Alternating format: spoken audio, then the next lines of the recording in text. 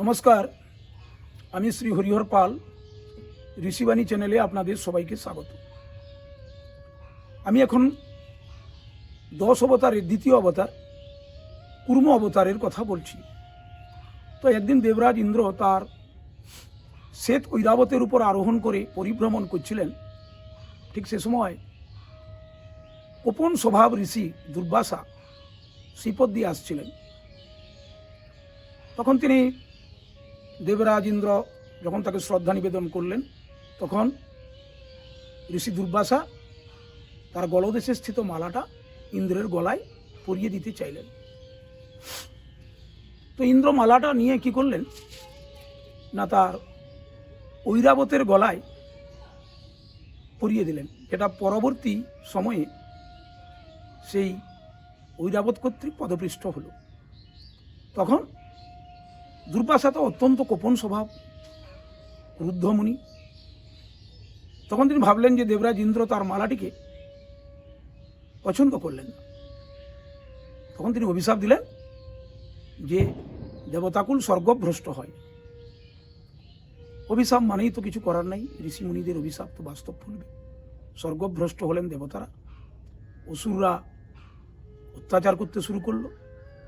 তখন একদিন দেবতাবৃন্দ সব সৃষ্টিকর্তা ব্রহ্মার কাছে গেলেন।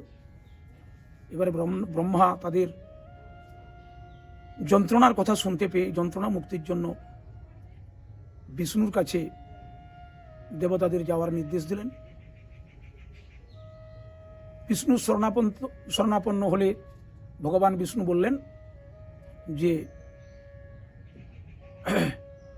দেবতা অসুরদের সঙ্গে একটা সন্ধি স্থাপন তোমরা করো, দেবতাদের বললেন, এবং ক্ষীর সমুদ্র মন্থন করো। মন্থন করলে যে অমৃত উত্থিত হবে, সেই অমৃত পান করলে তোমরা বলশালী হবে এবং এই দেবতা অসুরদের পরাস্ত করবে। এবং তিনি নির্দেশ দিলেন যে মন্দর পর্বতকে নিয়ে আসতে। যাই হোক, দেবতারা এই বিষ্ণুর এই আদেশকে শিরোধার্য করে অসুরদের সঙ্গে সন্ধি স্থাপনে যোগাযোগ করলেন। তারাও রাজি হলো, অসুরেরাও রাজি হলো। তো এবার মন্দর পর্বতকে কি করে আনা যাবে? আবার দেবতারা ভগবান বিষ্ণুর শরণাপন্ন হলেন। তখন ভগবান বিষ্ণু গরুড়ের উপরে মন্দরকে নিয়ে আসার নির্দেশ দিলেন। গরুড় এর উপরে স্থাপন করে মন্দরকে নিয়ে আসা হলো, মন্দর পর্বতকে, এবং ক্ষীর সমুদ্রে স্থাপন করা হলো। এবং মন্থন দড়ির জন্য বাসুকি নাগকে নিয়ে আসা হলো। তো বাসুকি নাগকে মন্দর পর্বতে বেষ্টন করে লেজের দিকটা ধরলেন দেবতারা, আর মুখের দিকটা ধরলেন অসুরেরা। কিছুক্ষণ মন্থন শুরু করার কিছুক্ষণ পরে কিন্তু আর করা গেল না, কারণ মন্দর পর্বত সেই ক্ষীর সমুদ্রে পরপর ডুবে যেতে লাগলো। তখন দেবতারা আবার কি করলেন না, ভগবান বিষ্ণু শরণাপন্ন হলেন। তখন বিষ্ণু কি করলেন না, কুর্ম রূপ ধারণ করে, এই যে কুর্ম অবতার এখানেই আবির্ভূত হয়েছিলেন, কুর্ম রূপ ধারণ করলেন, বিশাল এক কুর্ম রূপ ধারণ করে সেই মন্দরের তলদেশে অবস্থান করলেন। আর মন্দর সেই কুর্ম পৃষ্ঠে মন্দর অবতরণ করলো, আর ডুবল না। এবং যখন দেবাসুর মিলে এই মন্থন চালিয়েছিল, তখন তো কি হচ্ছে, এই মন্থন করা হচ্ছে, একদিকে দেবতা একদিকে অসুরেরা। তখন সেই কুর্মপৃষ্ঠ দেশ আঘাতপ্রাপ্ত হচ্ছে, কারণ ঘর্ষণ হচ্ছে।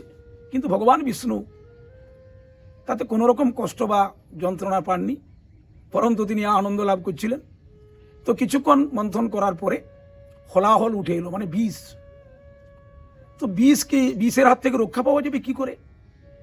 তখন ভগবান শিবের শরণাপন্ন হলেন দেবতারা, তাকে প্রার্থনা করলেন। ভগবান শিব প্রার্থনায় সন্তুষ্ট হয়ে আবির্ভূত হলেন এবং তিনি সেই সমুদ্র মন্থনোত্থিত যে হলাহল বা বিষ, সেই বিষকে আকণ্ঠ পান করলেন। এবং সেই থেকে মহাদেবের নাম হয়েছিল নীলকণ্ঠ। বিষকে পান করছিলেন, আর সেই পান করার সময় যেটুকু বিষ ছড়িয়ে ছিটিয়ে ছিল, সেগুলো এই যে আমাদের বৃশ্চিক বা এই যে কিছু কীট আছে যেগুলো অত্যন্ত বিষাক্ত, হ্যাঁ, সেই তারা পান করেছিল। এই যে সাপ, বিষধর সাপ, তারাও পান করছিল, যার ফলে সেই বিষ এখনও সেই বিষের প্রভাব রয়েছে। যাই হোক, দেবাদিদেব মহাদেব তিনি সেই বিষ ভক্ষণ করলেন। তারপর মন্থন চলছে, অমৃত কলস নিয়ে উঠে এলেন ধন্বন্তরী। আর সেই অমৃত কলস দেখতে পেয়ে অসুরেরা কী করলো না, ধন্বন্তরীর হাত থেকে ছিনিয়ে নিল। দেবতারা হাই হাই করে উঠলেন। তখন ভগবান বিষ্ণু উপস্থিত হলেন মোহিনীর বেশে, এবং তার সেই মোহিনীর রূপ দেখে, রমণীর রূপ, এমন রূপ ধারণ করেছেন যে অসুরেরা তো ভুলেই গেল সে অমৃত কলসের কথা। তখন ভগবান বিষ্ণু কী করলেন, দুটো পংক্তিতে ভাগ করে দিলেন, একদিকে অসুর, একদিকে দেবতা, এবং তিনি সেই কলসের অমৃত প্রথমে দেবতাদের পরিবেশন করতে শুরু করলেন। কিন্তু তাদের, অসুরদের মধ্যে ছিল রাহু। সে কী করলো, ছদ্মবেশ ধারণ করে চন্দ্র ও সূর্যের কাছে গিয়ে বসলো এবং সে অমৃত গ্রহণ করে পান করে ফেলল। এটা বিষ্ণু জানতে পারলেন, সঙ্গে সঙ্গে তার সুদর্শনে তার গলদেশকে ছিন্ন করলেন, কিন্তু সে মৃত্যুবরণ করল না এই কারণে যে সে অমৃত পান করেছিল। তো যাই হোক, সেই অমৃতকে নিয়ে দেবাসুরের মধ্যে ভগবান বিষ্ণুর আবির্ভাব, এটি অত্যন্ত বিস্ময়কর ব্যাপার। তো প্রথমে হলাহল, তারপরে অমৃত, তারপরে ঐরাবত, তারপর দেবী লক্ষ্মী, অনেক অপ্সরা, এইভাবে আরও অনেক কিছু সমুদ্র তলদেশ থেকে উঠে এসেছিল। তো মোহিনী মূর্তি ধারণ করে তিনি দেবতাদেরকে অমৃত বন্টন করতে লাগলেন। তখন অসুরেরা তো বঞ্চিত হয়ে গেল, আর তখনই বিষ্ণু সে স্থান ত্যাগ করলেন। এরপরে অসুরেরা দেবতাদেরকে আক্রমণ করার চেষ্টা করলো, কিন্তু আর তারা, অসুরদেরকে দেবতারা পরাস্ত করলো, কারণ তারা অমৃত পান করেছিল।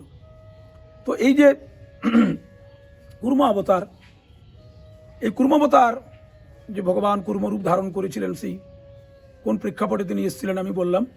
তো কবি জয়দেব গোস্বামী তার গীতগোবিন্দম কাব্যে বললেন, ক্ষিতিরতি বিপুলতরে তৃষ্ঠতি তব পৃষ্ঠে, ধরণী ধারণ কিন চক্র গরিষ্ঠে, কেশব ধৃত কুর্ম শরীর, জয় জগদীশ হরি।